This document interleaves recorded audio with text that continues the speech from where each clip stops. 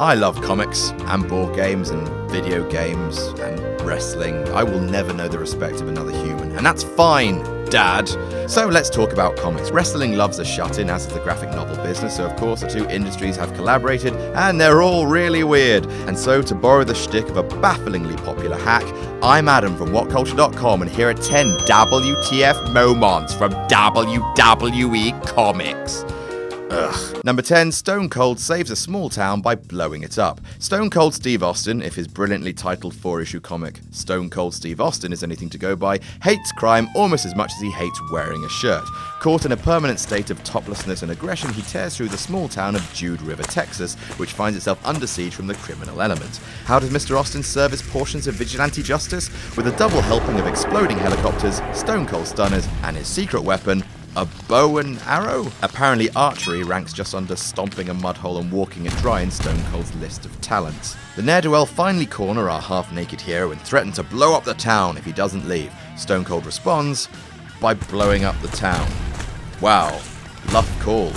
He's not the hero that town needed, nor the one it deserved, because he's not a hero, he's just a guy who likes beer and hurting people and beer and explosions and also beer. Number 9, China battles a child brainwashing death cult. China, like Austin, also stubbornly refuses to put on clothes throughout her own titular comic China, fighting an army of ninja death cultists in just a leather bikini, though in 90s comics that's par for the course, to be honest. Hired as a bodyguard to protect rich douche Elliot Banks and his neglected daughter Jamie, China and the young girl become best of friends, but disaster strikes when a death cult called the Death Cult kidnaps Jamie and brainwashes her into trying to murder her own father. As anyone who's paid attention during the Attitude Era will know, brainwashing children into patricide goes against everything that China stands for, and she kicks the vanilla pudding out of about 50 ninjas. China then punches Banks for not being a responsible adult and walks off still dressed in a leather bikini and covered with cultist blood. Number 8, Mankind saves homeless people from being genetically modified. Alright, this is starting to get weird. In a comic called Mankind, Mankind saves a bunch of squatters in the woods from a bike gang and moves in, hoping to have found a spiritual home amongst vagrants. He bonds, as all wrestlers must, with a little girl vagrant called Nikki. Trouble arises when an evil corporation gasses the homeless community and transports them to a secret scientific facility in order to genetically modify them into gigantic hulking thugs. You know, the usual. Mankind, who is full-on lunchbox bonkers throughout this comic, decides against GM goons and battles 2 engineered thugs called Brute and Force. After defeating Tweedledum and Tweedle-f***ing-Stupid, Mankind says a noble goodbye to Nikki, knowing they can never be friends. Like McFoley himself, the comic is equal parts tender, equal parts madness, and equal parts nonsense violence. Number 7, The Rock crushes an underground fighting tournament. The Rock once starred in his own single-issue comic outing called The Rock, because what else would they call it?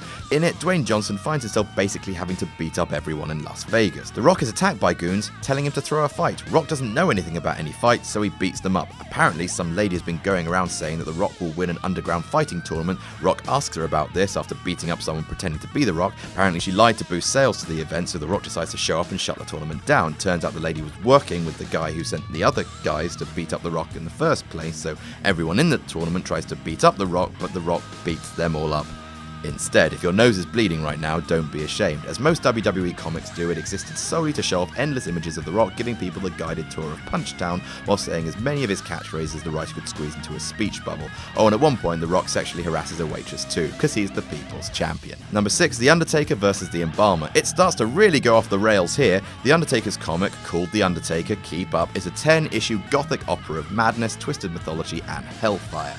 So it turns out there are 3 books of the dead. The Undertaker has one, Paul Bearer has one, and the Embalmer has one. Whoever holds all 3 books will rule Stygian, a hell dimension where Undertaker lives. Who is the Embalmer, you ask? He is the Dark One, the Lord of Foul Creatures. He's a big bad dude who wears a Bane-like gimp mask and who occasionally sends his evil souls to Earth to mess up the joint. The comic sort of heavily implies that he's responsible for Hitler.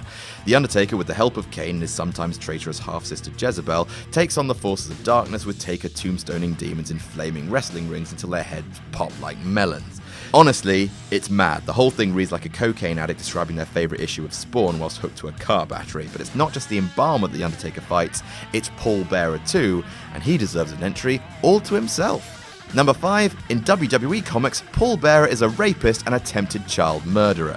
Wow, what's Chaos Comics' problem with William Moody? Throughout the 10-issue run of The Undertaker, 10 issues of this utter fucking madness.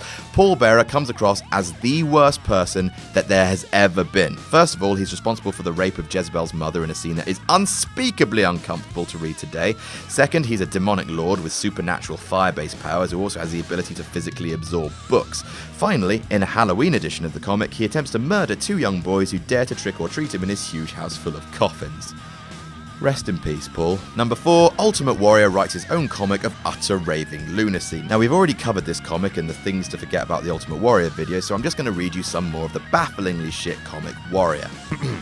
Parts unknown. A place one's higher self waits patiently while the vehicle it uses, the man body, fights tooth and nail within a human life limited by time to accomplish evolution and bring himself closer to fulfilling destiny to become the energy of self. To keep the returning evolution minimal and use the consequences of a man's evolution to build a force of inhuman paramount power and technology to battle the energy within our universe of those already listening to themselves and no others.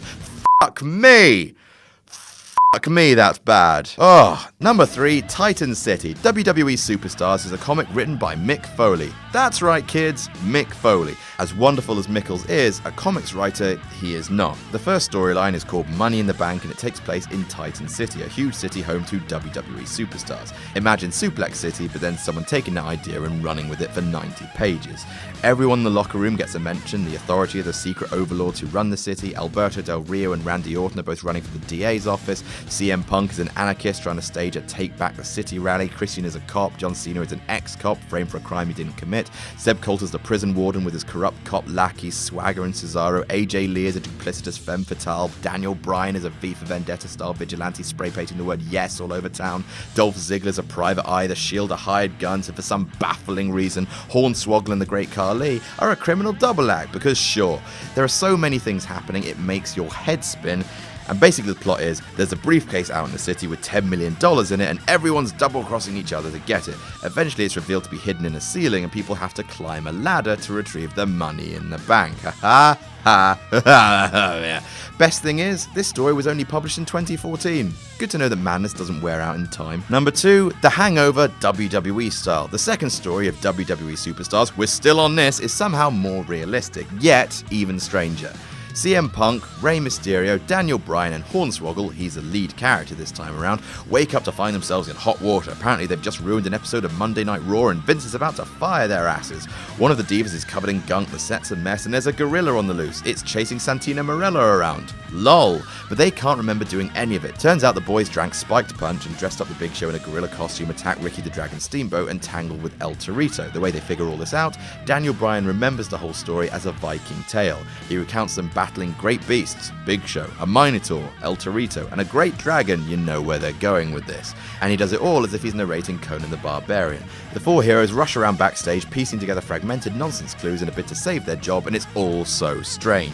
And number 1, Triple H vs. Thrune, the King of Shadows. Wow, this is all getting too much. In the short-lived comic WWE Heroes, published in 2008, it's revealed that Triple H is an immortal, constantly reincarnating creature called the Firstborn, destined to do battle throughout time with his brother, born from the same cosmic womb, Thrune, the King of Shadows. Thrune's dark priest holds WrestleMania 26 hostage by wiring the arena with explosives and threatens to blow everyone up if the Firstborn doesn't reveal himself.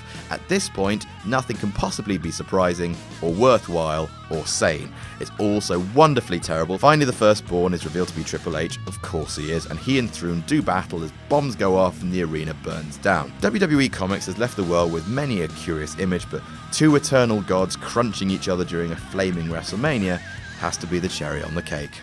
And that's our list. Did we miss any out? Tell us about it in the comments. Don't forget to like, share and subscribe. You can follow me on Twitter here. I'm Adam on WhatCulture.com, and I'll see you soon.